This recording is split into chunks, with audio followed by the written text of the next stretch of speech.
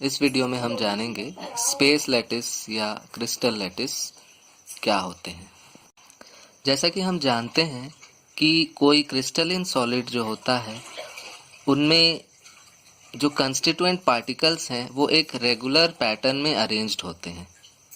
जैसा कि यहाँ आप देख सकते हैं ये एक क्रिस्टलाइन सॉलिड है, तो इनमें तीनों डायमेंशंस में ही अगर देखें तो इनके कंस्टिट्यूएंट पार्टिकल्स जो हैं एक रेगुलर पैटर्न में अरेंज्ड हुए हैं। तो इन्हीं कंस्टिट्यूएंट पार्टिकल्स, चाहे वो आयंस हों या एटम्स हों या मॉलिक्यूल्स हों, अगर उन कंस्टिट्यूएंट पार्टिकल्स को हम पॉइंट्स की तरह ट्रीट करें, जैसा कि आप यहाँ देख सकते हैं कई सारे पॉइंट्स हैं,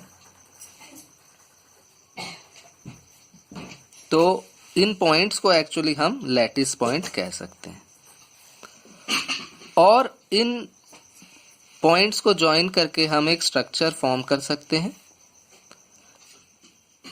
तो कह सकते हैं कि ये जो लैटिस पॉइंट्स हैं उन्होंने एक 3D स्ट्रक्चर फॉर्म किया है। तो इसी 3D स्पेस में ये जो लैटिस पॉइंट्स के अरेंजमेंट्स है इन्हीं को कहा जाता है क्रिस्टल लैटिस या फिर स्पेस लैटिस। तो लैटिस क्या हुए?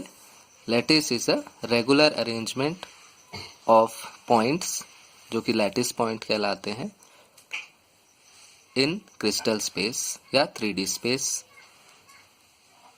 इसी क्रिस्टल लैटिस को हम स्पेस लैटिस भी कह सकते हैं।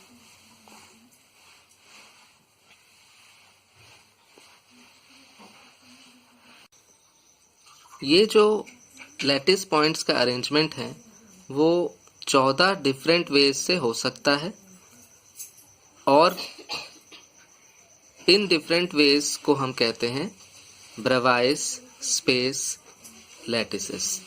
तो 14 डिफरेंट टाइप के स्पेस लैटिसेस हो सकते हैं। तो ये था यूनिट